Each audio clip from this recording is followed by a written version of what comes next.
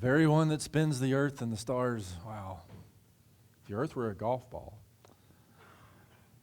Dismissed the kids to children's church.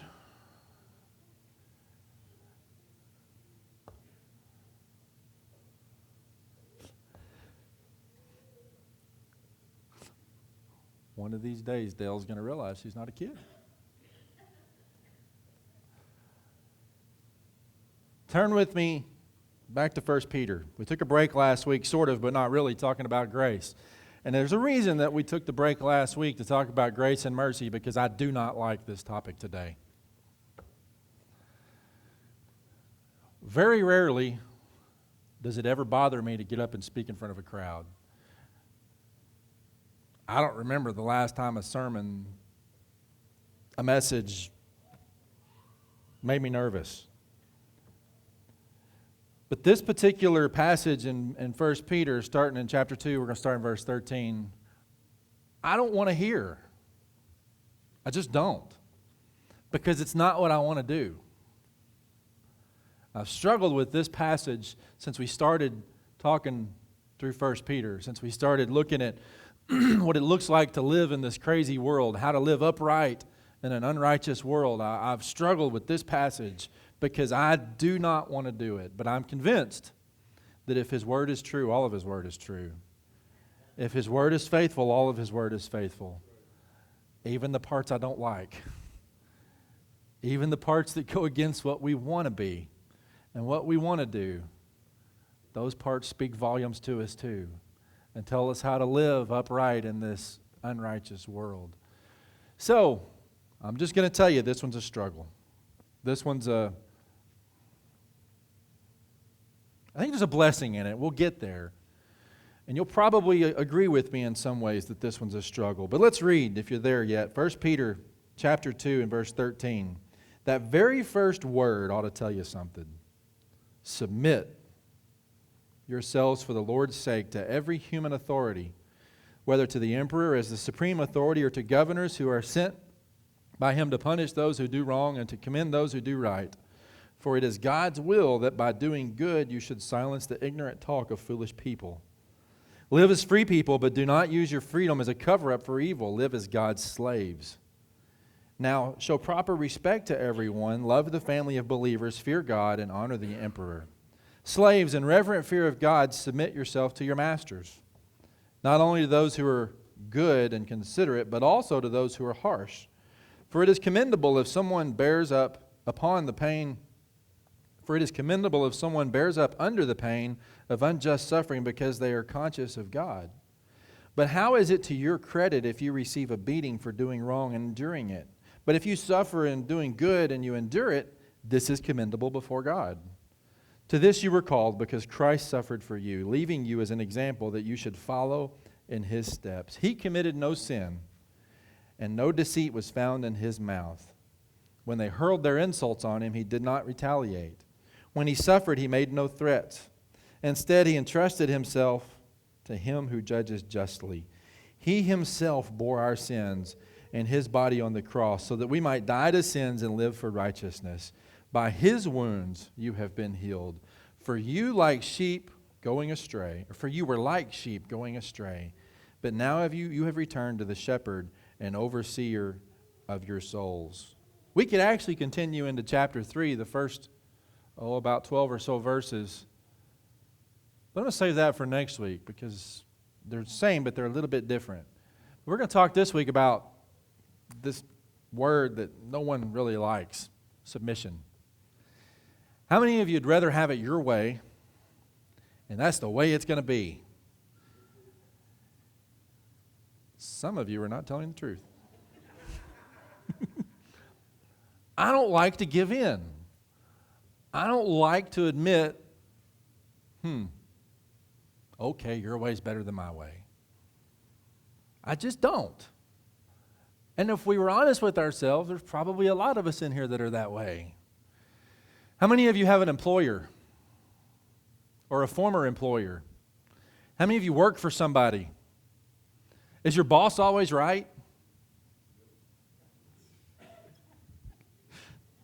Whether if you like it or not, they are. Why? Because they're the boss. I don't like that. But it's a reality in a lot of cases. Here's the problem with submission. Obviously, submission is the key to this passage. Being submissive, understanding what it means to be submissive, what it means to submit. And a word that's closely related to that submission is the word humility. How many of you think you're a humble person? You don't have to answer that. Don't go there. How many of you wish you were more humble? That I will answer. How many of you wish your boss was more humble? Don't answer that either. Do you wish we lived in a world that humility was still something that was sought after? That humility was still something that people looked at upon with respect? Anymore, it seems like humility is looked upon as something to just trample on. If you're submissive and you're humble, well, you're just weak. No, that's not really what Peter says here. Matter of fact, Peter says that if we're submissive and we're humble, we will throw God's insults in their faces because we're doing the will of God. But I don't want to be humble. I don't want to be submissive because it hurts. Because it makes you feel weak. Because it makes you feel like you just can't do anything because you're going to get run over. Did Jesus go to the cross because he was weak? No. Did he go to the cross because he submitted? Yeah. Did he go to the cross because he was humble? Yeah. You realize at any point in time he could have come down off of there. At any point in time he could have made it very clear who he was. Could have made it very clear who his Father was and said, I'm done. This is enough. I'm not putting up with this. You want to see what humility looks like, you don't have to look any further than what Jesus did on the cross. Peter even brings that to our attention. We'll get there in a minute, but we got to talk about a couple things before we get there. Anybody know who James Dobson is? James Dobson wrote a lot of books about family life and about raising children. And in days that we live in, the days of rebellion and the days of pride, and that seems to be the standard that your pride's going to get you where you need to go because it's all about me. He says some interesting things about kids. He states that there are twice as many strong-willed children as there are compliant children. I've got one that's turning 13 this week. He's not in here. Rats. We'll get to pick on him. There's twice as many strong-willed children as there are compliant children. I've got 4, and I can see the differences in all 4 of them. One of them's very strong-willed. One of them's very compliant. Temporary. The other 2 sort of seem to figure their way through it with where they need to be humble and where they don't. Kids are interesting. He also says that this rebellion against parents' rules often starts early in life. But he says rebellion is not only a characteristic of the child and adolescent, but most people, regardless of age, find it hard to submit to others. That's just who we are. Growing up, I was always taught by Mom that you want it, you set your sights on it, you work hard enough for it, don't let anybody get in the way to stop you from getting it. It's hard to be humble when you look at life that way. I wouldn't change the way she raised me for anything. But it's hard to be humble. Well, how does the song go? Lord, it's hard to be humble when you're perfect in every way. Well, a lot of us think we're perfect in every way, and so the submission part becomes very difficult. Who is it that's the most unsubmissive, though? If you look around in society, who is it that you're the most unsubmissive towards? I don't have a hard time being unsubmissive towards my kids because I'm in the authority over them. I have a hard time sometimes being submissive to my wife. But wait a minute. Peter says in just a few more verses that the wives are supposed to be submissive to the husbands. Yeah, we'll talk about that next week. That's a two-way street.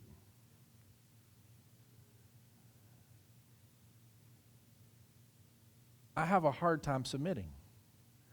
I have a hard time submitting to my boss sometimes. I have a hard time submitting to authority that's placed over me sometimes. that's where we have the hardest time being submissive, is when we have to deal with authority. Think about it. Government, employers, teachers, public servants like police officers, those that are put in positions where they do have some authority over us. How hard is it to submit to what they want us to do sometimes? It's very difficult. But it's those that are put in places, people of authority. That's the very first verse there. Submit yourself to the Lord's sake to every human authority, whether to the emperor as the supreme authority or to governors who are sent by him to punish those who do wrong and command those who do right. He tells us right there that as citizens, right out of the gate, this is the part that hurts. As citizens, we're to submit to the authority of those placed over us. We're to submit to the authority of our government. Ow. Who wants to submit to the authority of our government? Not very many. He says, even though as citizens, or as Christian citizens, even though our Christian citizenship is in heaven, we're to still accept the authority of those that are placed over us. You remember what Matthew says, or what Jesus says in Matthew when they're talking about what's the proper way to give what they have earned. And Jesus said, hey, if it's Caesar's, give to Caesar what's Caesar's. If it's God's, give to God what's God's. Kind of puts us in a little bit of a predicament when we have to submit to those things that we don't agree with. Now let's go on a little history lesson here for a minute. Let's put this into perspective when Peter wrote this. He probably wrote this, 1 Peter and 2 Peter, right about the same time, but he probably wrote them just before the persecution of Rome under Nero. Now, how much do you know about Nero? He's not a really nice guy. He didn't like Christians at all.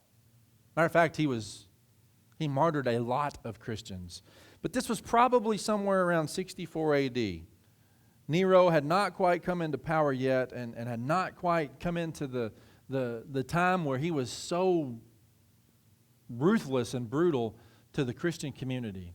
Now, Nero was pretty notorious, and be it a rumor or not, but there's the story that Rome was destroyed by a fire that Nero started.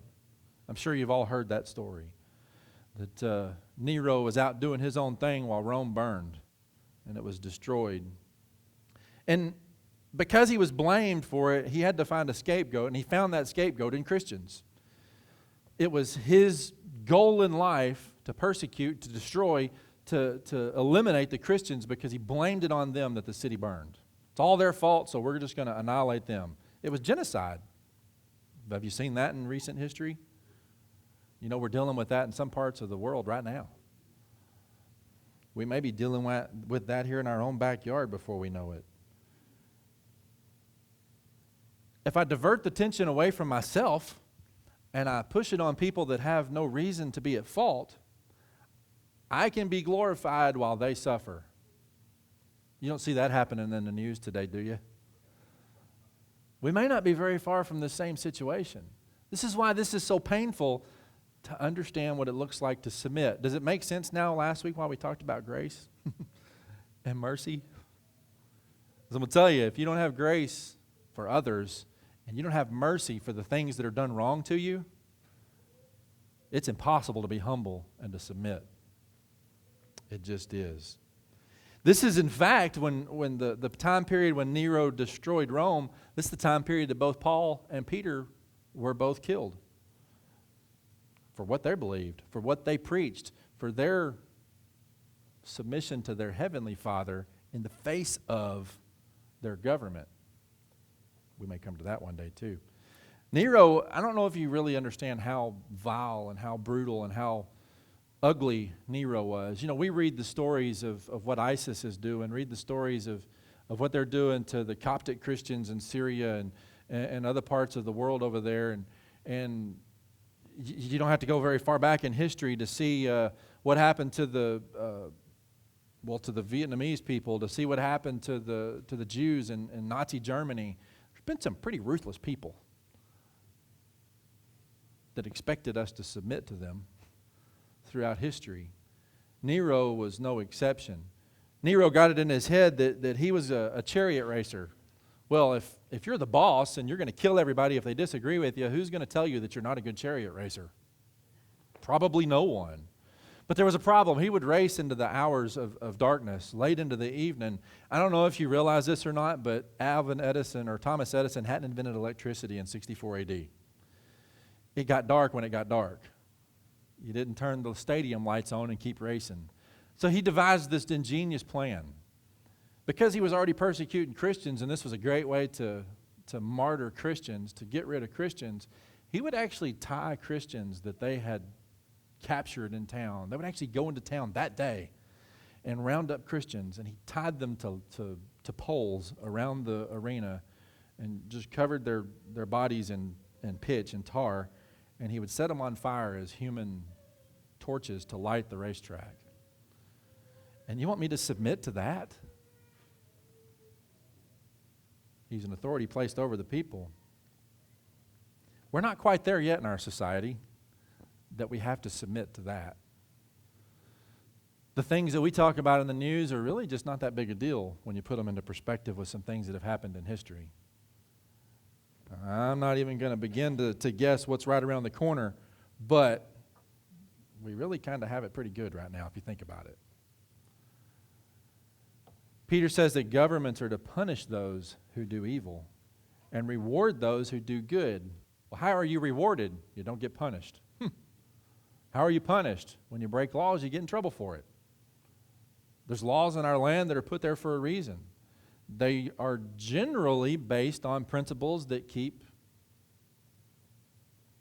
good nature among humankind. But what happens when those principles go against what we believe? What happens when those principles go against God-given principles? What happens when those principles go against God's authority? It starts to create some problems. It starts to create an issue where I don't want to give to Caesar what is Caesar's because he's not faithful to God who put him in charge in the first place. We find ourselves stuck in a little trap, stuck in this little place where we don't know what to do, stuck in a place where if we're not careful, we're there in society right now, where our government is forcing laws on us that I don't necessarily agree with, but if I don't follow those laws, I'm going to be punished according to those laws. What gives? I'll tell you what gives. We give. Why? Because we're humble, because we're full of grace and we're full of mercy and we're Christians. And by our submitting, by our humbleness, by our humility to follow the laws of the land, we're not the ones that suffer. The ones that create the laws of the land are. But here's the problem with that. We don't really see that in our time. We don't see that posted all over the headlines on the news. We don't see, hey, these Christians decided to follow the laws of the land and the lawmakers don't know what to do about it. We don't see that posted. But do you remember talking about, I think Peter even talked about this just a couple chapters ago. This world is not our home. Jennifer sang about that at the funeral as well. She sang about the sparrows, but this world is not my home. I'm just a passing through. But while I'm here, I got to make some decisions that might be tough. While I'm here, I got to follow some things that I may not like. But Peter also talks about we're not to do evil in spite of the law. We're not also to do evil because of the law.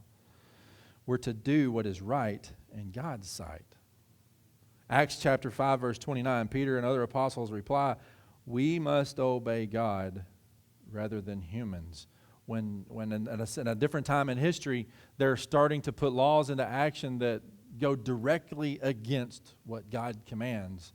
Peter says we still need to submit. We still need to be humble in following the law. But if it goes against what God says, I guess we're just going to get in trouble. There's a lot of humility in that. There's a lot of humility in being willing to stand up for what is right, knowing that it's going to cost you here on this earth. Are you there yet?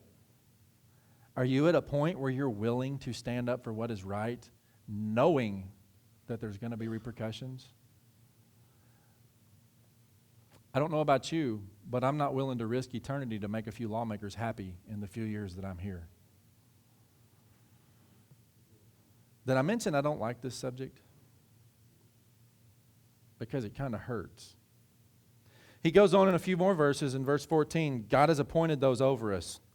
Hard to believe that God's appointed some of those over us right now, isn't it? If God's all-knowing and He's supreme and He's in everything, we have to believe, we have to accept, we have to understand that all of this is a plan. This may not be what His perfect will for us was, but because of decisions that man has made, it's a permissive will that that's taking place, but He is still in control of it. You realize nothing's ever going to take away our ability to make choices. Nothing's also ever going to take away, short of Jesus coming back, the lawmaker's ability to make choices. Those put in the positions of authority over us to make choices, but we still have to honor those choices. Why? Because we're Christian and we're called to submit and we're called to be humble. Proverbs 21:1 says that in the Lord's hand the king's heart is a stream of water that He channels toward all who please Him. Most commentators, most biblical scholars will tell you that this verse is saying even the choices that they make, God still has in His hands. Even the bad choices that they make, God still has in His hands. So if that's the case, if we can trust God in the good times, if we can trust God when things are going the way we want to, if we can trust God when we don't have to submit and be humble because it's the way we want it, don't you think we can still trust God in the times that we have to humble ourselves and do things we don't want to do? It's the same God. It's the same word. It's just as true today as it always has been and it as always will be.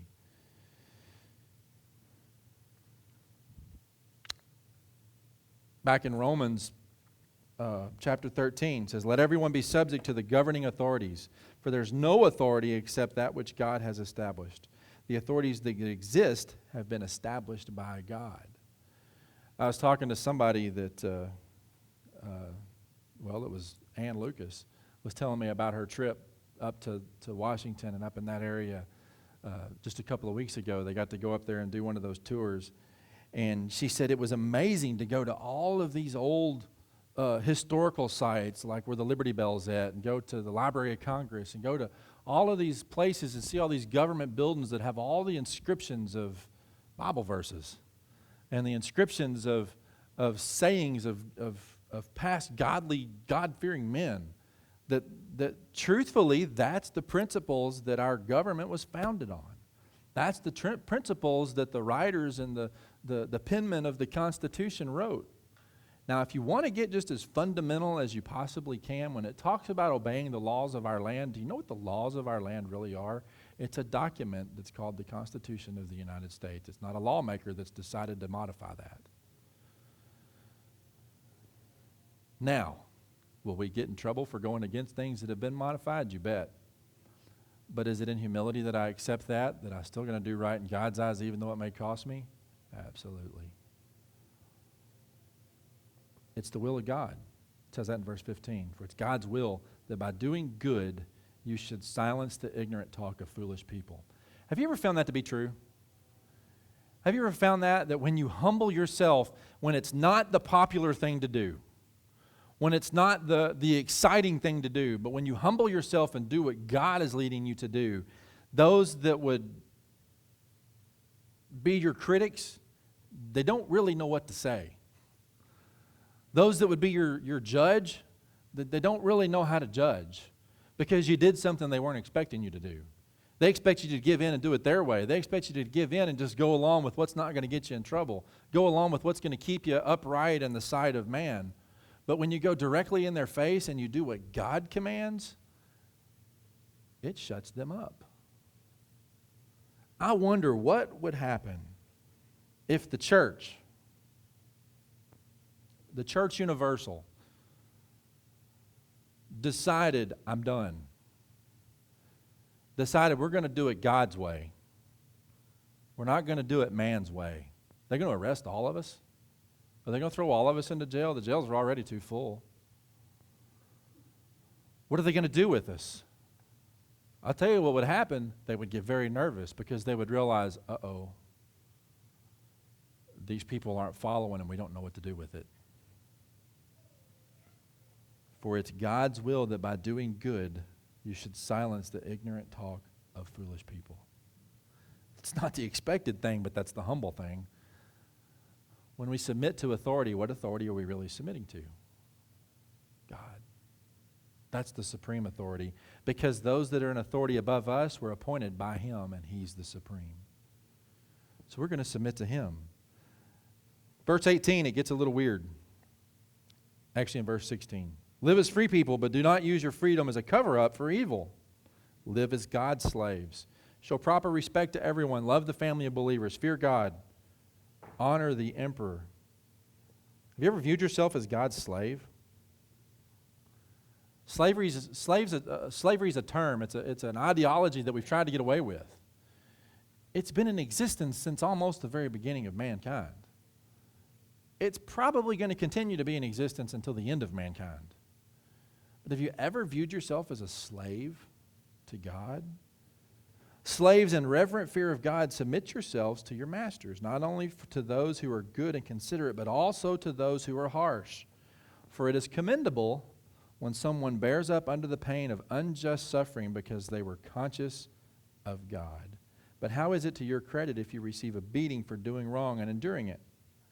But if you suffer for doing good and you endure it, this is commendable before God. What was a punishment of a slave? If you go back to the, how far back would you have to go? To the days of the Reformation, to the days of the Holy Wars, on into the days of the Civil War and slavery as we knew it then. Do you know what happened to slaves when they were punished? You know what happened to slaves when they did not do what their masters desired? They were beat horribly. Why? Because they were property. They were beat because they didn't submit. They were beat because they didn't follow the will of their master. Many times they were killed because they didn't follow the will of their master. Now, aren't you thankful that we don't live in a time like that right now, where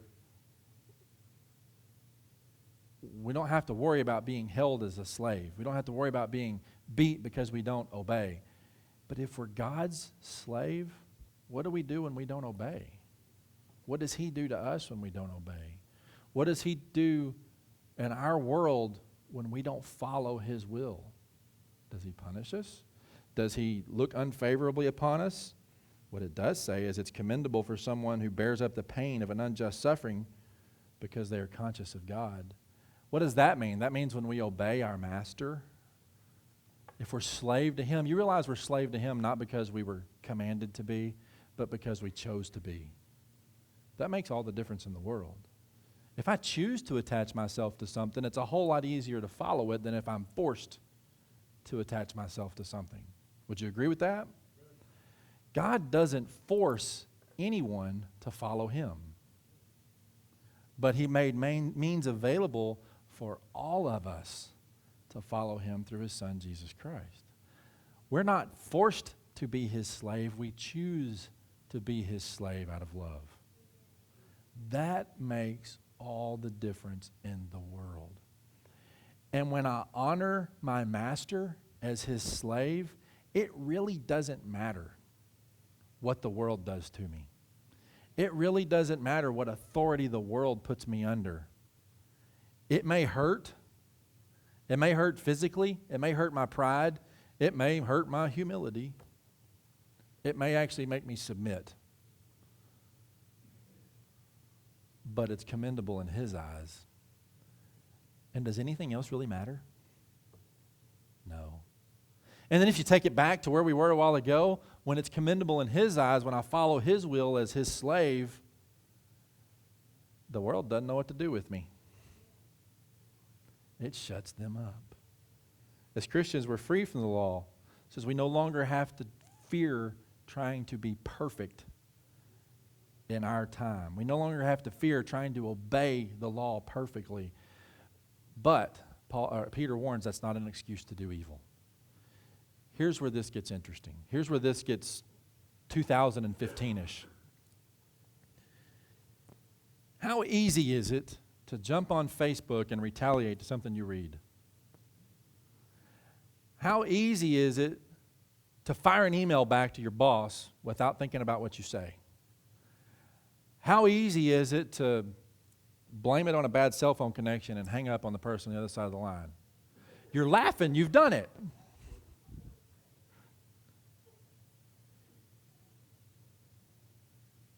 Here's what Peter's saying in a nutshell. We are free to live as God's slave. Don't let the world see us any other way. If you choose to do evil because of those freedoms, you just justify what the world views the church as a bunch of hypocrites. You just justified what the world views the church as a bunch of haters, as a bunch of do-gooders that look down their nose at those that are less perfect. I don't know about you, but there ain't one of us in this room that's perfect.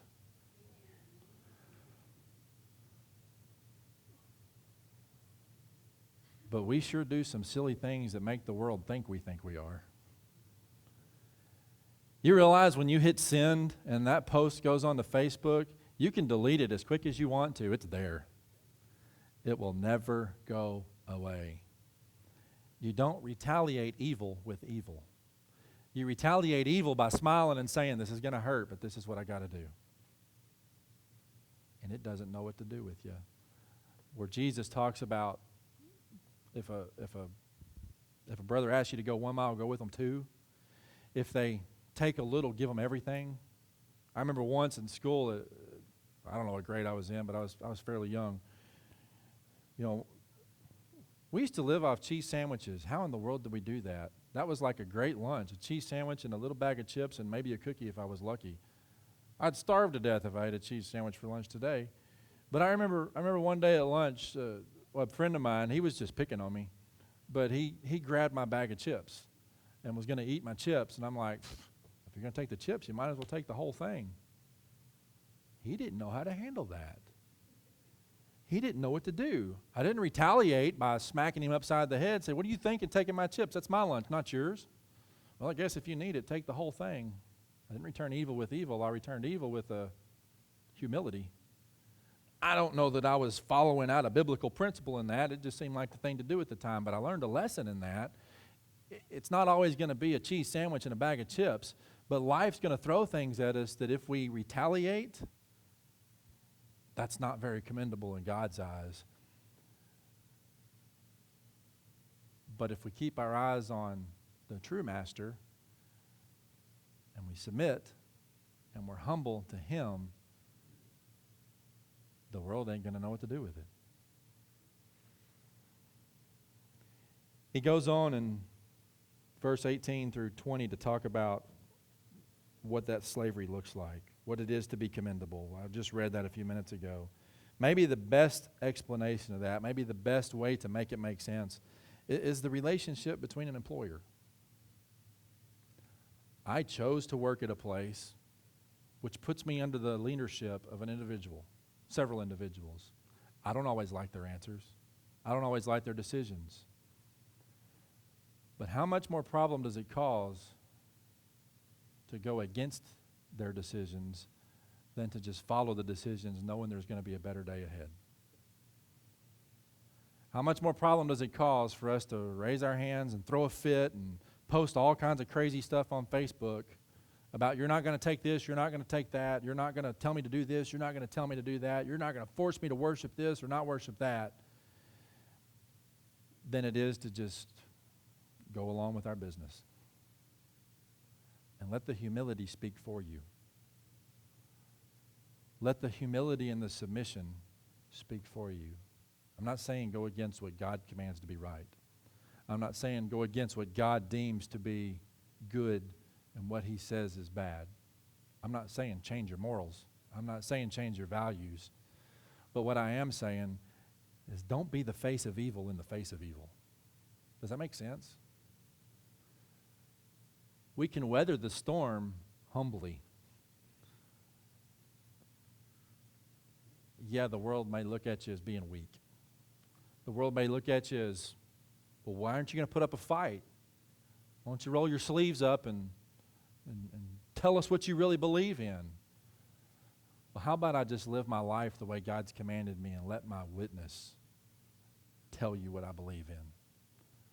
Words will only go so far. But when they see it in your actions, when they see God and the way you live your life, boy, that speaks volumes. That's the kind of things that the enemy can't get out of his head, because that's the kind of things that he fears, because that is someone that it doesn't matter what happens to them in this world, their faith is not wavering. Their commission unto what God has them to do is unfailing, and I don't care what the world does, it's not going to stop that. When they hurled their insults at him, he didn't retaliate. When he suffered, he made no threats. There is nothing that I have ever been through in this life that was as brutal, as torturous on the mind, on the body, spiritually, that was as uncalled for as what Jesus did on the cross. Nothing. There will never be anything that I have to go through that was as brutal, that was as torturous, that was as uncalled for as what he did on the cross. Sure, there may be some things that we have to deal with in the world that are uncomfortable. There may be some things in the world that we have to deal with that downright hurt. There may be some things that we have to deal with in the world that take one or two of us out of this world.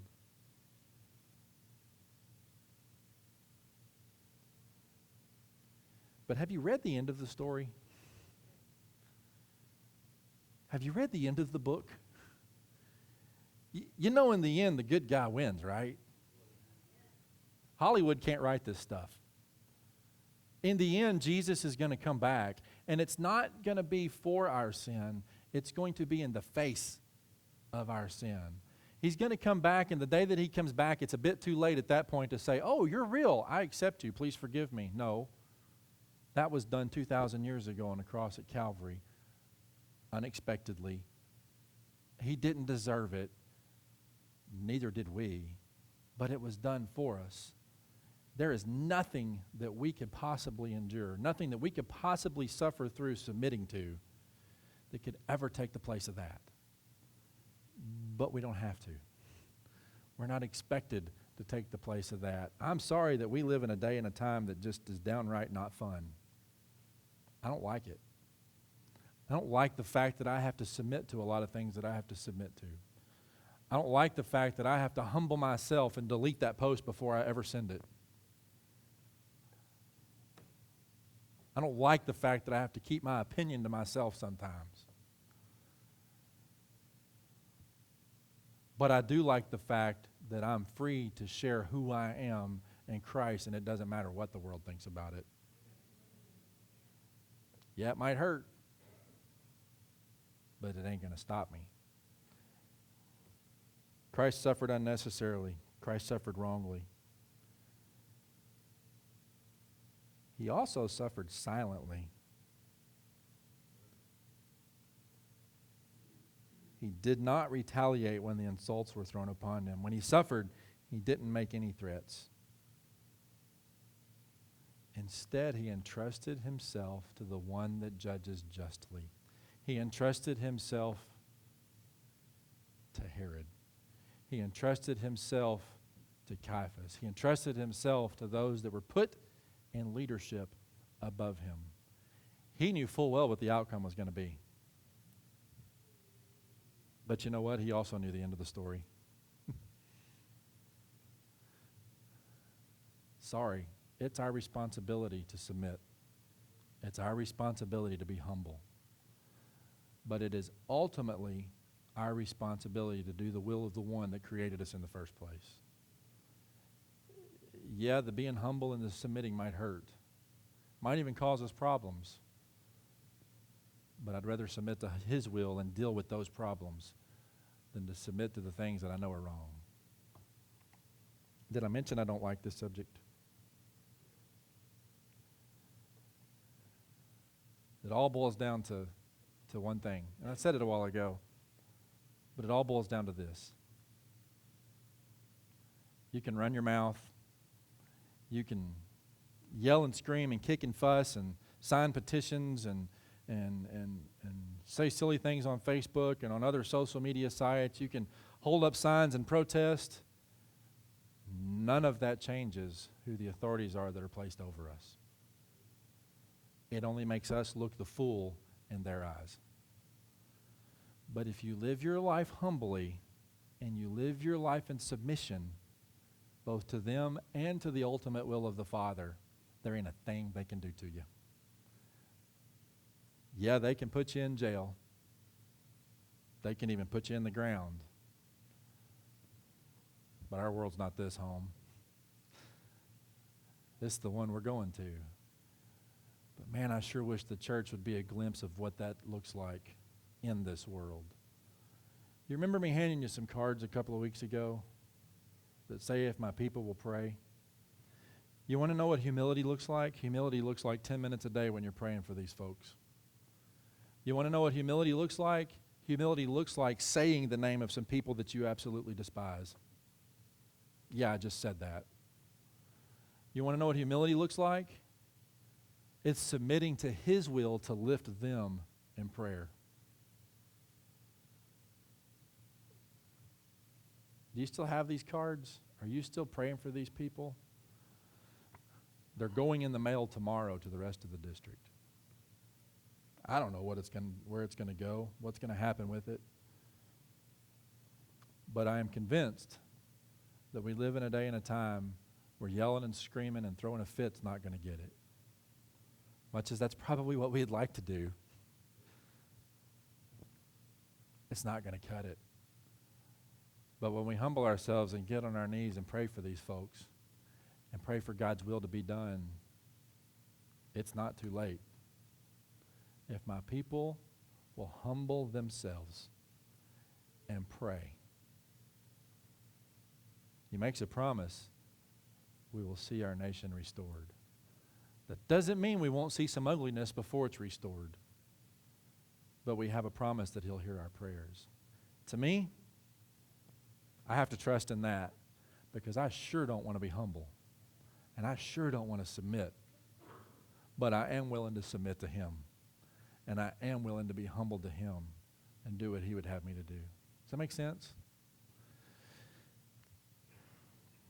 We'll talk a little bit more about submission next week and some more of that humbleness when we talk about husbands and wives. And it's specific to husbands and wives, but it's also more specific to the church, what it looks like.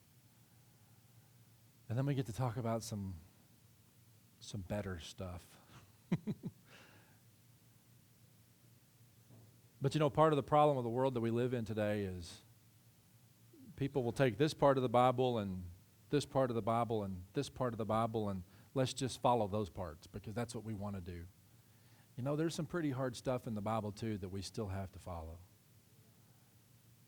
If we're going to preach any of it, we got to preach all of it, or else there's no point in preaching any of it. So, there you know my heart. I don't want to submit. I don't want to be humble, but if that's what God calls me to be, that's what I'll be. I have a feeling I'm not the only one in this room. Stand with me.